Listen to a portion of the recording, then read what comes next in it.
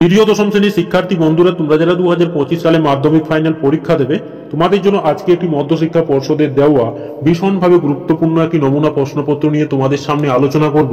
তোমরা এই প্রশ্নপত্রটি খুব সুন্দরভাবে অভ্যাস করবে। আমি তোমাদের গ্যারান্টি দিয়ে বলতে পারি তোমরা এখান থেকে প্রশ্ন কমন পাবে। তোমরা দেখো প্রত্যেকটি প্রশ্নই খুব সুন্দরভাবে অভ্যাস করবে।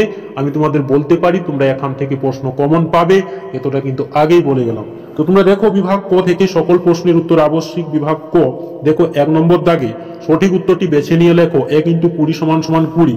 দেখো প্রথম প্রশ্নটি দক্ষিণেশ্বর কালী মন্দির অন্তর্ভুক্ত হবে, তো দেখো সঠিক উত্তরটি হবে অপশন খ স্থাপত্যের ইতিহাসে।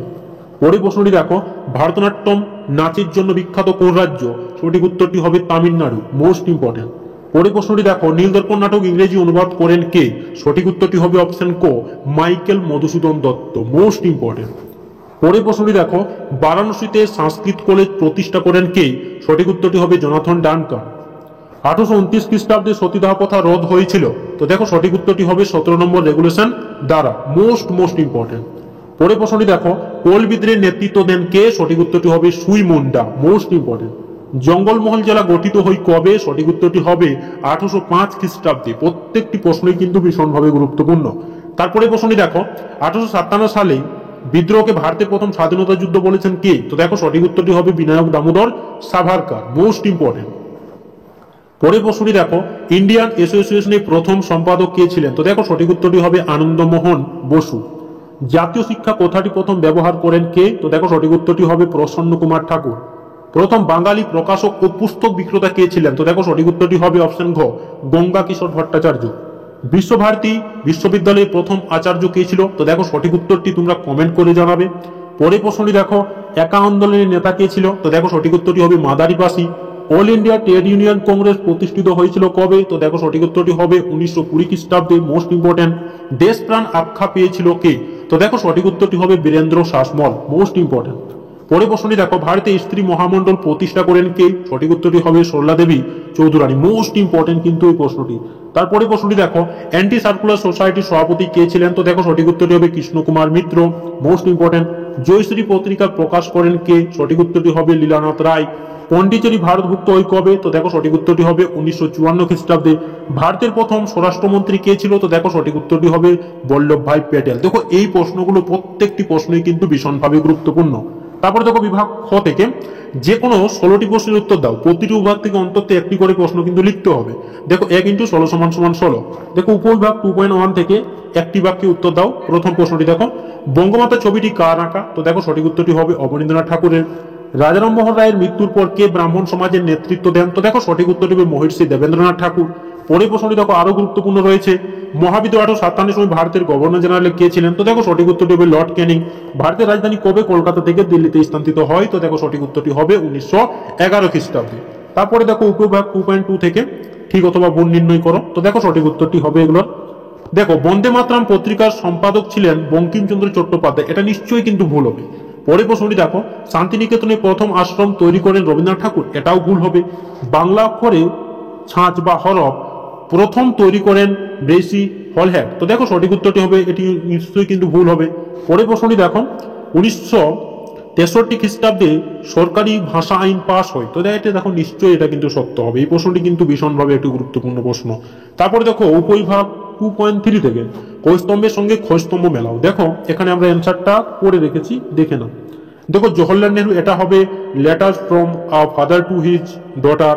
বঙ্কিমচন্দ্র চট্টোপাধ্যায়, এটা হবে Anandamath. Sir William Jones Asiatic society.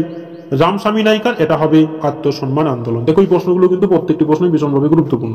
তারপরে দেখো উপবিভাগ 2.4 থেকে প্রদত্ত ভারতবর্ষের রেখা মানচিত্রের নিম্নলিখিত স্থানগুলি চিহ্নিত করো এবং নামাঙ্কিত করো। দেখো ডান্ডি, ফতেপুর, চৌরি চৌরা। 1857 বিদ্রোহের কেন্দ্র বারাকপুর। দেশীয় রাজ্য মহীশূর, জুনাগড়। দেখো এই প্রশ্নগুলো কিন্তু প্রত্যেকটি প্রশ্নই ভীষণভাবে গুরুত্বপূর্ণ। তারপরে দেখো উপবিভাগ 2.5 থেকে নিম্নলিখিত বিবৃতিগুলির সঙ্গে সঠিক ব্যাখ্যাটি নির্বাচন করো। তো দেখো রাজারাম মোহন রায় লর্ড আমহার্স্টকে চিঠি লিখেছিলেন, এটা সঠিক উত্তরটা হবে ব্যাখ্যা 2 ভারতে পাশ্চাত্য শিক্ষা বিস্তারের আবেদন জানিয়ে। তারপরটি দেখো এনফিল্ড রাইফেলের প্রবর্তন ছিল মহাবিদ্রোহের তাৎক্ষণিক কারণ, এটা দেখো ব্যাখ্যা হবে 1। এখানে একটু টাইপিং মিস্টেক হয়েছে, এটা হবে ব্যাখ্যা 1। সঠিক উত্তরটি গরু ও শুকুরের চর্বি মিশ্রিত কার্তুজ দাঁতে কেটে বন্দুকে ভরতে হতো। তারপরে দেখো পরের প্রশ্নটি, বঙ্গভঙ্গ বিরোধী আন্দোলনকালে পূর্ববঙ্গের মুসলিম কৃষকদের সমর্থন কংগ্রেস পায়নি। এটা সঠিক উত্তরটি হবে ব্যাখ্যা 1, কংগ্রেসের জোতদার জমিদার ঘেঁষা নীতির কারণে।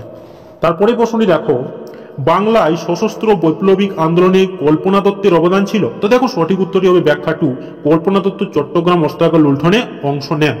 তারপরে দেখে নাও 3 দাগে, দুটি অথবা 3টি বাক্যে নিচের প্রশ্নগুলির উত্তর দাও, যে কোনো 11টি। তো দেখো এই প্রশ্নগুলো কিন্তু প্রত্যেকটি প্রশ্নই ভীষণভাবে গুরুত্বপূর্ণ। দেখো, নিম্নবর্গীয় ইতিহাস চর্চা কি? ডুংডল বা ডুডলিং কাকে বলে? বেথুন সাহেব স্মরণীয় কেন? চুয়ে পড়া নীতি কি? কেনারাম বেচারাম কি? তিতুমির কেন বিখ্যাত? ল্যান্ড হোল্ডার সোসাইটি কি উদ্দেশ্যে প্রতিষ্ঠিত হয়? গঙ্গেন্দ্রনাথ ঠাকুর ব্যঙ্গাচিত্র দুটি বৈশিষ্ট্য লেখো। বিদ্যাসাগরকে বিদ্যাবণিক বলা হয় কেন? বিশ্বভারতী প্রতিষ্ঠার উদ্দেশ্য কি? কলিপরাজ ও উজালিপরাজ বলতে কি বোঝো? Most important.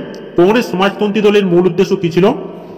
অথবা একটি দেখো প্রশ্ন আমরা রেখেছি, ভারতীয় কমিউনিস্ট পার্টিকে কেন দেশজোট বলা হয়? 1955 খ্রিস্টাব্দে 16 অক্টোবর বাংলার নারী সমাজ কেন অরন্ধনে পালন করে?